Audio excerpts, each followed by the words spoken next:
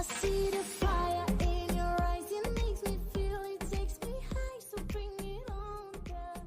Hello friends, इस episode की शुरुआत में हम सुयुई को देखते हैं जो फेंग के लिए उसके रूम में चाय लेकर जाती है और फिर अंदर जाकर उसका रूम देखने लगी। वही फेंग अभी भी इस बात से ज्वेलस था कि उनकी आंटी ने सुयुई और लियोबिन को परफेक्ट मैच बताया था। फिर वो सुयुई से पूछने लगा कि तुम लियोबिन के बारे में क्या सोचती हो। सुयुई कहने लगी कि वो बहुत फनी है और लड़कियों के बीच काफी पॉपुलर है। फिर फेंग कहने लगा कि क्या तुम उसको लाइक करती हो। इस पर सुयुई कहने लगी कि नहीं, वो मेरे टाइप का बिल्कुल नहीं है और वो भी मुझे लाइक नहीं करता। अगले सीन में हमें मिस्टर वैन के घर का सीन दिखाया जाता है जहाँ एक लेटर रखा होता है जो उनकी फियोंसे ने लिखा था और उसमें लिखा हुआ था कि मैं तुम्हें छोड़कर जा रही हूँ क्योंकि मैं तुमसे शादी नहीं कर सकती। जैसे ही मिस्टर वान को ये लेटर मिला तो उसने तुरंत ही ये बात फेंग और लियोबिन को मैसेज करके बता दी और फिर वो पुलिस स्टेशन जाकर उसकी फियोंसे की मिसिंग रिपोर्ट लिखवाने लगा। लेकिन पुलिस ऑफिसर उसकी रिपोर्ट लिखने से मना कर देती है, कहने लगी कि वो एक लेटर छोड़ कर गई है और वैसे भी तुम दोनों की शादी नहीं हुई है तो वो अपनी मर्जी से जहाँ भी चाहे जा सकती है। तभी वहाँ फेंग और सुयुई आ जाते हैं और मिस्टर वैन को वहाँ से अपने घर लेकर चले गए और फिर उनसे कहने लगे कि लियोन को ढूंढने में हम आपकी हेल्प करेंगे। तभी वहाँ लियोबिन आकर मिस्टर वैन से कहने लगा कि आपने ये एलियंस वाली ड्रेस क्यों पहन रखी है। इस पर मिस्टर वैन बताने लगे कि मैं एक थीम पार्टी में गया था और जैसे ही मुझे पता लगा कि लियोन मिसिंग है तो मैं सीधा ही वहाँ से पुलिस स्टेशन चला गया। इसके बाद फेंग उससे पूछने लगा कि क्या आप उसके अनाथ आश्रम से कनेक्टेड हैं। मिस्टर वान कहने लगी कि कौन सा अनाथ आश्रम, मुझे तो उसने इस बारे में कुछ भी नहीं बताया, उसको अपने पास्ट के बारे में बात करना पसंद नहीं था।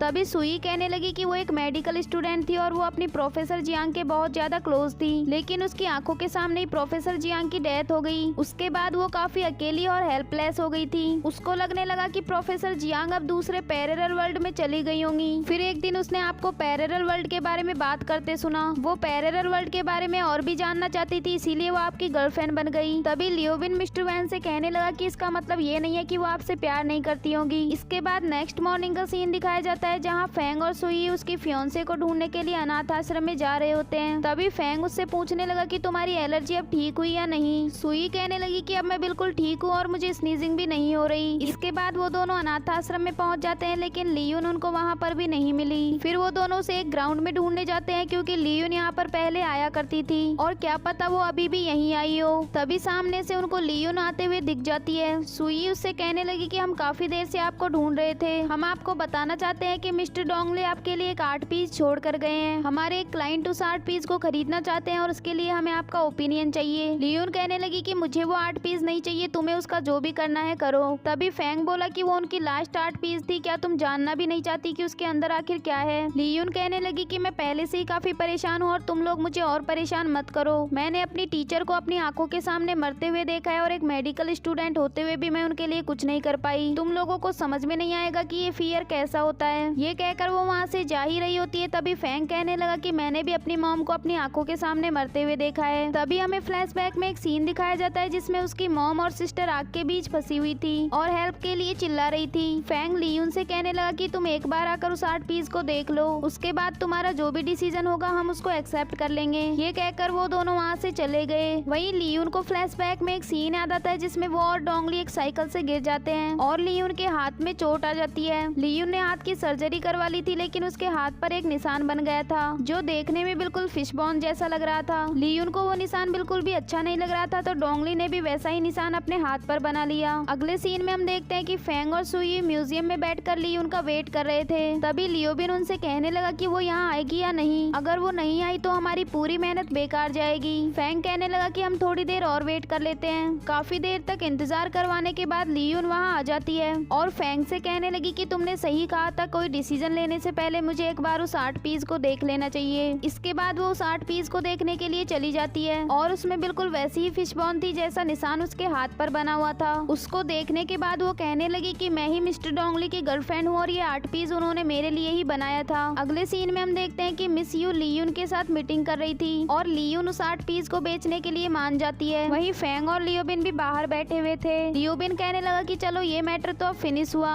अब एक बार मिस्टर वान आकर अपनी फियोंसे फियांसे से बात कर लेते तो क्या पता उनकी लव लाइफ भी ठीक हो जाए। फैंग बोला कि तुम दूसरों की लव लाइफ की इतनी फिक्र क्यों करते हो। इस पर लियोबिन कहने लगा कि मुझे दूसरों की ही नहीं तुम्हारी लव लाइफ की भी फिक्र है। आज तो सुयुई ने तुम्हारी तरफ देखा भी नहीं। वैसे क्या तुम्हें सुयुई जैसी लड़कियां पसंद है। इस पर फैंग उसे कोई जवाब नहीं देता और कहने लगा कि तुम हमेशा लव के बारे में ही बात क्यों करते रहते हो। तभी वहाँ मिस्टर वान भी अपने फियांसे से मिलने के लिए आ जाते हैं। अगले सीन में हम देखते हैं कि मिस्टर वान अपने फियांसे से एक रेस्टोरेंट में बात कर रहे होते हैं। लियोन उनसे कहने लगी कि जब मैं पहली बार तुमसे मिली थी तो उस वक्त मेरी लाइफ का बहुत ही सैडेस्ट टाइम चल रहा था। मेरी टीचर की एक कार एक्सीडेंट में डेथ हो गई थी और फिर वो दूसरी दुनिया में चली गई। फिर मैंने तुम्हें पैरेलल वर्ल्ड के बारे में बात करते सुना तो मैं तुम्हारी गर्लफ्रेंड बन गई, क्योंकि मुझे पैरेलल वर्ल्ड के बारे में सुनना अच्छा लगता था। पर अब तुमको इस सब से मूव ऑन कर लेना चाहिए। ये कहकर वो वहाँ से चली गई। इसके बाद फैंग और लियोबिन मिस्टर वान के पास आते हैं और उनसे कहने लगे कि आप उन्हें रोकने के लिए क्यों नहीं गए। इस पर मिस्टर वान बोले कि अब कोई चांस नहीं है क्योंकि वो मुझे लाइक नहीं करती। फैंग बोला कि आपको एक बार कोशिश तो करनी ही चाहिए। ये सुनकर मिस्टर वांग उसे रोकने के लिए चले गए और उसके पास जाकर कहने लगी कि आज मैं एक स्पेस एग्जीबिशन में जाने वाला हूँ, क्या तुम मेरे साथ चल सकती हो। इस पर लियोन स्माइल करती है। इसका मतलब उसने भी एक्सेप्ट कर लिया था कि वो मिस्टर वान को लाइक करती है। अगले सीन में हम देखते हैं कि फैंग अपने काम से घर वापस जा रहा होता है। तभी उसे फ्लैशबैक में एक सीन याद आता है जिसमें मिस्टर जीयू ने उसको वो लॉक दे दिया था। फैंग उनसे इसका प्राइस पूछता है तो जीयू कहने लगी कि पैसे देने की कोई जरूरत नहीं है, तुम इसे एक गिफ्ट समझकर रख लो।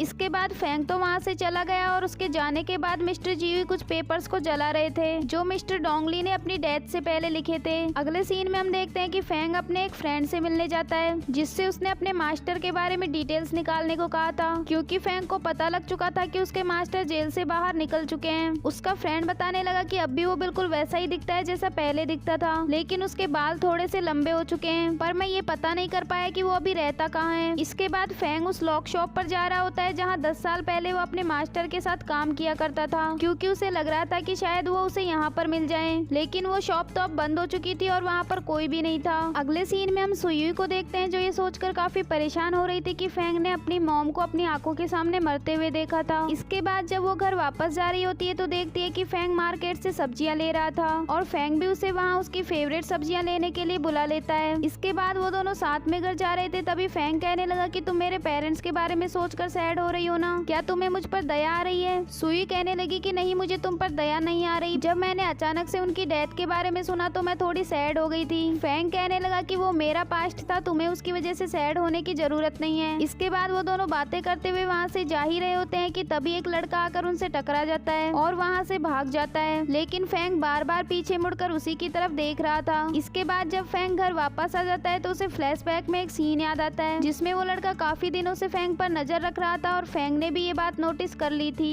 इसके बाद फैंग लियोबिन को बताता है कि मेरा लॉक चोरी हो गया है। तभी सुयुई आकर कहने लगी कि क्या वो लॉक उसी लड़के ने चुराया जो थोड़ी देर पहले हमसे टकराया था, पर अब हम उसको ढूंढेंगे कैसे, हमको पुलिस स्टेशन चलकर उसकी रिपोर्ट लिखवानी चाहिए। इस पर लियोबिन सुयुई से कहने लगा कि जब से तुम यहाँ आई हो तब से हम कितनी बार पुलिस स्टेशन जा चुके हैं। तभी फैंग बोला कि तुम लोग टेंशन मत लो, वो लड़का खुद ही हमारे सामने आ जाएगा। अगले सीन में हम देखते हैं कि फैंग शावर ले रहा होता है। तभी सुयुई भी शावर लेने के लिए बाथरूम में आती है और उसे वहाँ देखकर वापस अपने रूम में चली गई। इसके बाद नेक्स्ट मॉर्निंग का सीन दिखाया जाता है जहाँ वो तीनों ब्रेकफास्ट कर रहे होते हैं और सुयुई को बहुत ज्यादा हिचकी आ रही थी। लियोबिन उससे कहने लगा कि कल रात तुमने जरूर हमसे छुपकर कुछ खाया होगा, इसीलिए तुमको हिचकी आ रही है। इसके बाद लियोबिन उसे हिचकी रुकवाने के लिए एक्सरसाइज करवाने लगा और फैंग को उन दोनों को बातें करते हुए देखकर बहुत ज्वेलसी हो रही थी। वहीं सुयुई की हिचकी तो बंदी नहीं हो रही थी। फिर लियोबिन उसे एक्सरसाइज करवाने के लिए बाहर ले गया और फैंग ने तो गुस्से में अपना खाना ही फेंक दिया। इसके बाद सुयुई ऑफिस चली जाती है और वहाँ भी उसे हिचकी आ रही थी,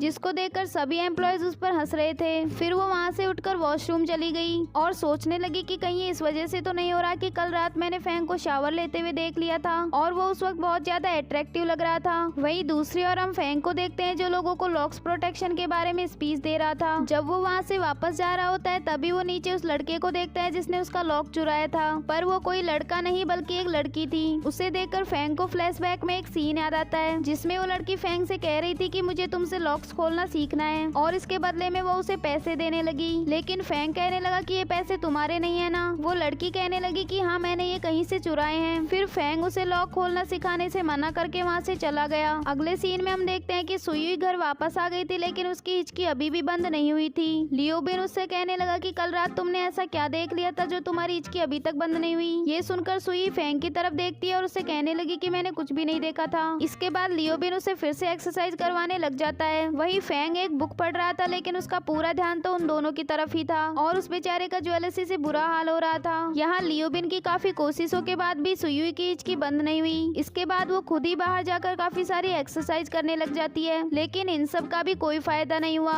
फिर वो लियोबिन से कहने लगी कि तुम मुझे हिट करो, क्योंकि अब बस यही एक लास्ट ऑप्शन बचा है। लियोबिन कहने लगा कि ठीक है, पर मैं अगर तुम्हें जोर से हिट करूँ तो तुम मुझे ब्लेम मत करना। लियोबिन को भी शायद उस दिन का बदला लेना था, तो वो जोर से उसे हिट करने लगा, लेकिन फिर वो रुक जाता है और कहने लगा कि मैं ये नहीं कर पाऊंगा। अगले सीन में हम देखते हैं कि सुयुई ने हिचकी रोकने के लिए अपना सर फ्रीज में दे रखा था और ये अजीब आइडिया भी उसको लियोबिन ने दिया था। तभी वहाँ फेंग आ जाता है, उसके पास जाकर स्माइल करता है, फिर उससे पूछने लगा कि क्या अब तुम ठीक हो, और तभी अचानक से सुयुई की हिचकी बंद हो जाती है। इसके बाद सुयुई अपने रूम में जाकर फेंग के बारे में सोचकर स्माइल कर रही थी। तभी लियोबिन आकर पूछने लगा कि तुम स्माइल क्यों कर रही हो। सुयुई कहने लगी कि नहीं, मैं तो बस अपना फेस मिरर में देख रही थी। इसके बाद लियोबिन उसे अपने साथ कचरा बाहर फेंकने के लिए चलने को कहता है। अगले सीन में हम देखते हैं कि वो दोनों कचरा लेकर बाहर जा रहे होते हैं। तभी फेंग आकर लियोबिन से कहने लगा कि तुम अकेले ही जाकर ये सब फेंक कर आओ। लियोबिन बोला कि मैं अकेले इतना सारा कचरा बाहर कैसे लेकर जाऊंगा, इसलिए सुयुई भी मेरे साथ जाएगी। इसके बाद वो दोनों वहाँ से चले गए और फेंग खिड़की से उन दोनों पर नजर रख रहा था। जब वो लोग कचरा डाल रहे होते हैं, तभी सुयुई वहाँ उस लड़की को देखती है जिसने फेंग का लॉक चुराया था और वो उसको पकड़ने के लिए उसके पीछे भागने लगी। लियोबिन भी कचरा बाहर ही रखकर उसको पकड़ने जा रहा था, लेकिन तभी एक आंटी आकर उससे कचरा डस्टबिन में डालने को कहती है। लियोबिन जल्दी से कचरा डस्टबिन में डालकर वहाँ से जा रहा था, तभी वो आंटी उसे रोककर उसके हाथ सैनिटाइजर करवाने लगी। इसके बाद जब वो उसे पकड़ने जाता है तो वो काफी पीछे रह चुका था, लेकिन फिर वो किसी शॉर्टकट वे से जाकर उसे पकड़ लेता है। अगले सीन में हम देखते हैं कि वो दोनों उसे पुलिस स्टेशन लेकर चले जाते हैं। वो लड़की उनसे कहने लगी कि मुझे तुम दोनों से कोई बात नहीं करनी, मुझे फेंग से मिलना है। थोड़ी देर बाद फेंग भी वहाँ आ जाता है। फिर वो लड़की फेंग से बोली कि तुम्हें मुझसे मिलने आने में इतनी देर क्यों लगा दी। वही लियोबिन को तो लग रहा था कि ये एक लड़का है। वो फेंग से कहने लगा कि ये लड़का तो 12 साल का लग रहा है, कहीं ये तुम्हारा इलीगल बेटा तो नहीं है। सुयुई ये सुनकर शॉक्ड हो जाती है और इसी के साथ ही ये एपिसोड भी यहीं एंड हो जाता है।